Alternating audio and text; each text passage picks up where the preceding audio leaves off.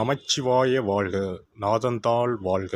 இமைப்பொழுதும் என் நெஞ்சில் நீங்காதான் தாழ் வாழ்க. வாழ்க வளமுடன். அனைவருக்கும் இனிய வணக்கங்கள்.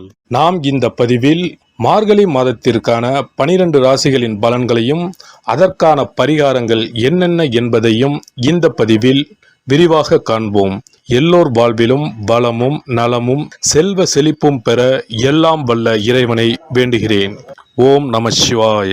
தனுசு ராசி அன்பர்களுக்கு மூலம், பூராடம், உத்திராடம் 1ஆம் பாதம் வரை எல்லா வழிகளிலும் உங்களுக்கு நன்மைகள் கிடைக்கப் போகிறது. மங்கள காரியங்கள் இல்லத்தில் நடைபெறும். தங்கு தடைகள் தானாக விலகும். தன வரவும் திருப்தி தரும். இதுவரை ஏற்பட்ட தடைகளும் தாமதங்களும் அகலும். பிரபலமானவர்களின் ஒத்துழைப்புடன் புதிய ஒப்பந்தங்கள் வந்து சேரும். அரசியல் மற்றும் பொதுநலத்தில் இருப்பவர்களுக்கு பதவி வாய்ப்புகள் தேடி வரும். உத்தியோகத்தில் உள்ளவர்களின் திறமைக்கு அங்கீகாரம் கிடைத்து உயர் பதவிகளும் சம்பள உயர்வும் கிடைக்கும். எண்ணங்கள் எளிதில் நிறைவேறும். எதிர்காலம் குறித்து நீங்கள் எடுத்த முயற்சிகளில் வெற்றி கிடைக்கும். குடும்பத்தில் மகிழ்ச்சி கூடும். பாக பிரிவினைகள் சுமூகமாக முடியும். தொழில் உத்தியோகத்தில் எதிர்பார்த்த நல்ல மாற்றங்கள் வந்து சேரும். பெற்றோர் வழியில் பிரியம் கூடும். பூர்வீக சொத்துக்களில் இருந்த வில்லங்கங்கள் அகலும். பழைய வாகனங்களை கொடுத்துவிட்டு புதிய வாகனங்கள் வாங்கும் முயற்சியில் ஆர்வம் காட்டுவீர்கள். பங்கு சந்தை மற்றும் வெளிநாட்டு வணிகத்தில் ஈடுபட்டு இருப்பவர்களுக்கு வருமானம் திருப்திகரமாக இருக்கும். வீடு மாற்றமும் இடம் மாற்றமும் எதிர்பாராமல் வந்து சேரும். ஒரு சிலருக்கு நாடு மாற்றமும் வந்து நன்மை தரும். எதையும் யோசித்து செய்ய வேண்டிய மாதம் இது. வீட்டு தேவைகளுக்கு விலை உயர்ந்த பொருட்களை வாங்கி மகிழ்வீர்கள்.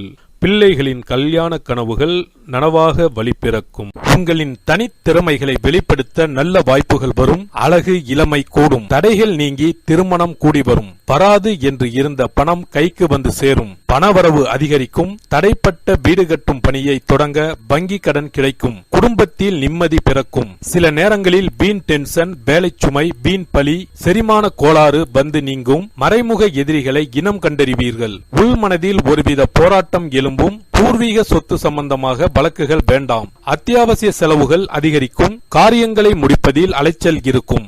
அதிக வட்டி கடனில் ஒரு பகுதியை அடைப்பீர்கள். குலதெய்வ கோயிலை புதுப்பிப்பீர்கள். தங்க ஆபரணங்கள், வீட்டு பத்திரங்களை கவனமாக கையாளுங்கள். எவருக்கும் ஜாமீன் கையெழுத்து இட வேண்டாம். திடீர் திருப்பங்கள் உண்டாகும். அரைகுறையான வேலைகள் முழுமை பெறும். தடைப்பட்டிருந்த சுப நிகழ்ச்சிகள் இனி கோலாகலமாக நடைபெறும். தம்பதிக்கு இடையே சந்தேகம், ஈகோ பிரச்சனைகள் விலகும். குழந்தை இல்லாத தம்பதிக்கு பிள்ளை வரம் கிடைக்கும். அரசாங்கத்தால் ஆதாயம் உண்டு. வெளிநாட்டு பயணம் சாதகமாக அமையும். மகனுக்கு நல்ல இடத்தில் பெண் அமையும்.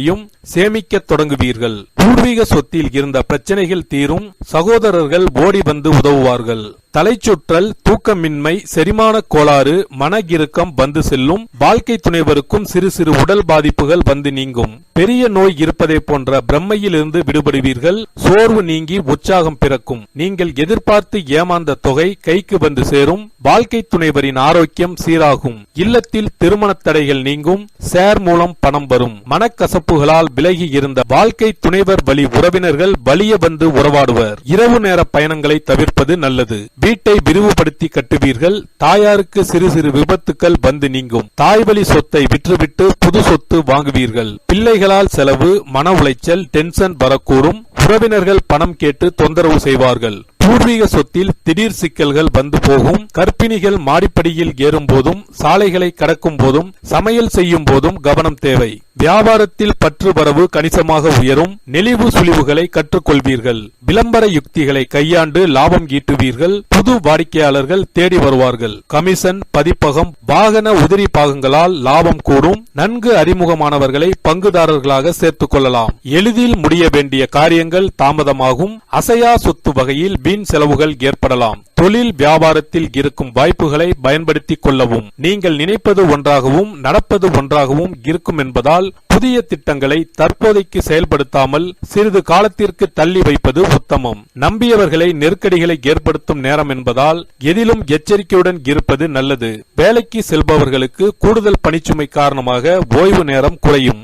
உத்தியோகத்தில் சின்ன சின்ன அலைக்கழிப்புகள் இருக்கும். மேலதிகாரியின் குறை நிறைகளை சுட்டிக்காட்ட வேண்டாம். சக ஊழியர்களிடம் கவனமாக பழகுங்கள். விரும்பத்தகாத இடமாற்றங்கள் வரும். சம்பள பாக்கி கைக்கு வரும். மொத்தத்தில் இந்த மாதம் முற்பகுதியில் அலைச்சலும் சலிப்பும் இருந்தாலும் பிற்பகுதி உங்களை சாதிக்க வைக்கும். பரிகாரங்கள்: நரசிம்மர் வழிபாடு நன்மை சேர்க்கும். சனிக்கிழமைகளிலும் சுவாதி நட்சத்திர நாளிலும் பானகம் நைவேத்தியம் செய்து வழிபடலாம். ஏழை பிள்ளைகளின் கல்விக்கு உதவுங்கள். காரிய அனுகூலம் உண்டாகும். சனீஸ்வர பகவானால் ஏற்படும் பாதிப்புகளை குறைக்க சிறப்பு பரிகாரத்தை இப்பதிவில் காண்போம். சனிக்கிழமை சனி பகவானுக்கு பிடித்த நாள் என்பதால் அன்று மாற்றுத்திறனாளிகளுக்கு உதவி செய்வது சனி பகவானை திருப்தி செய்யும். வசதி இருப்போர் அவர்களுக்கு உதவும் வண்ணம் ஊன்றுகோல், வண்டிகள் போன்றவற்றை வாங்கித் தரலாம். சனி பகவானின் வாகனம் காகத்துக்கு தினமும் அல்லது சனிக்கிழமைகளில் உணவு படைப்பவர்களுக்கு முன்னோரின் ஆசிகளுடன் சனி பகவானின் ஆசிகளையும் பெற்றுத்தரும் என்பது உறுதி. தானத்தில் சிறந்தது அன்னதானம். ஒருவர் பசியாறும் போது அவரது வயிறு குளிர்ந்து நமக்கு அவரது வாழ்த்துக்கள் கிடைக்கும். தானம் செய்யும் போது சனி பகவானின் மனமும் குளிர்ந்து நல்ல பலன்களை தருவார். சனி பகவானுக்கு கருப்பு நிறம் மிகவும் பிடிக்கும் என்பதால் எள்ளு பொடி அல்லது எள்ளு கலந்த சாதத்தை வைத்து வழிபடலாம். சனி பகவான் சில நேரங்களில் அவமானமான கஷ்டங்களை நமக்கு ஏற்படுத்துவார். அதை தடுக்க கருப்பு கலந்த வஸ்திர தானத்தை ஏழை எளியோருக்கு சனீஸ்வரர் குடிக்கொண்டுள்ள தலங்களில் செய்யலாம். காரணம், ஒருவருக்கு வஸ்திரம் தருவது என்பது அவருடைய மானத்தை காக்கும் செயல் என்பதால் இந்த வஸ்திர தானத்தால் சனி பகவானின் கருணை பார்வை நம்மீது விழும் என்பது ஐதீகம். இந்த வீடியோ உங்களுக்கு பிடிச்சிருந்தா லைக் பண்ணுங்க, ஷேர் பண்ணுங்க அண்ட் சப்ஸ்கிரைப் பண்ணுங்க. பக்கத்துல இருக்க பெல் ஐகானை கிளிக் பண்ணுங்க. நன்றி, வணக்கம், வாழ்க வளமுடன்.